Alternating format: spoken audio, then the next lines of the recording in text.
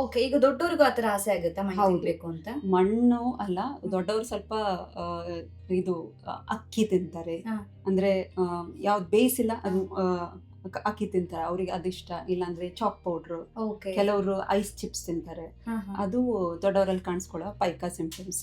Okay, okay. ಆ ತರ ಕೂಡ ಆಸೆ ಆಗುತ್ತೆ ಹೌದು. Iron deficiency. Iron deficiency typical symptom ಅದು. ಓಕೆ. ಅಕ್ಕಿ ತಿನ್ನೋದು ಕೂಡ. ಹೌದು. ಯಾಕಂದ್ರೆ ನಾನು ಕೆಲವೊಂದ್ಸತಿ ತಿಂತೀನಿ, ನಂಗೆ ನೀವು ಹೇಳ್ದಾಗ ಒಂದ್ಸತಿ ಭಯ ಆಯ್ತು.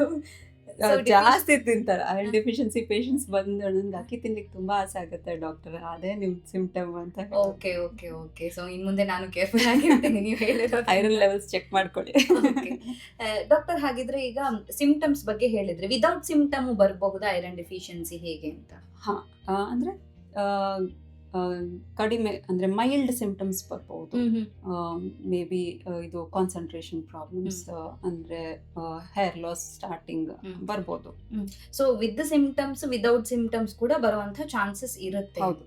ಅಂದ್ರೆ ಕಬ್ಬಿಣಾಂಶದ ಕೊರತೆಯಿಂದ ರಕ್ತಹೀನತೆ ಆಗುತ್ತೆ, ಹಾ. ಕಬ್ಬಿಣಾಂಶದ ಕೊರತೆ ಆಗಿ ರಕ್ತಹೀನತೆ ಇಲ್ಲದೇನೂ ಇರ್ಬೋದು. ಅಂದ್ರೆ iron deficiency without anaemia and iron deficiency anaemia ಅಂತ ಹೇಳ್ತೇವೆ. ಓಕೆ. ಸೊ ಈಗ ಐರನ್ ಡೆಫಿಷಿಯನ್ಸಿ ವಿದೌಟ್ ಎನಿಮಿಯಾ ಅಂತ ಪೇಷಂಟ್ಸ್ ಬರುವಾಗ ರೂಟೀನ್ ಬ್ಲಡ್ ಚೆಕಪ್ ಅಲ್ಲಿ, ಅಂದ್ರೆ ಆಸ್ ಅ ಹೆಮಟಾಲಜಿಸ್ಟ್ ನನಗೆ ಅದು CBC ಟೆಸ್ಟ್ ನಾವು ಮಾಡ್ತೇವೆ, ಕಂಪ್ಲೀಟ್ ಬ್ಲಡ್ ಕೌಂಟ್ ಟೆಸ್ಟ್ ಮಾಡುವಾಗಲೇ ಓಕೆ ಹಿಮೋಗ್ಲೋಬಿನ್ ಸರಿ ಇದೆ, ಬಟ್ ಮೋಸ್ಟ್ಲಿ ಐರನ್ ಡೆಫಿಷಿಯನ್ಸಿ ಇರ್ಬೋದಂತ ನಾವು ರಿಪೋರ್ಟ್ ನೋಡಿ ನಮ್ಗೆ ಗೊತ್ತಿದೆ ಅದು ಹೇಗೆ ಓದ್ಬೇಕಂತ.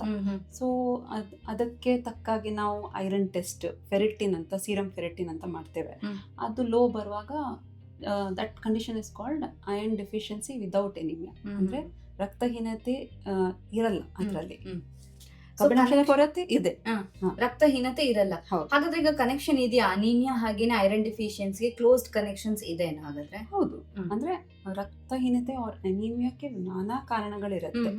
ಕಬ್ಬಿಣಾಂಶದ ಕೊರತೆ ಅಥವಾ iron deficiency one of the reason ಆಗಿರುತ್ತೆ. ತುಂಬಾ ಕಾಸಸ್ ಇದೆ. Okay, okay.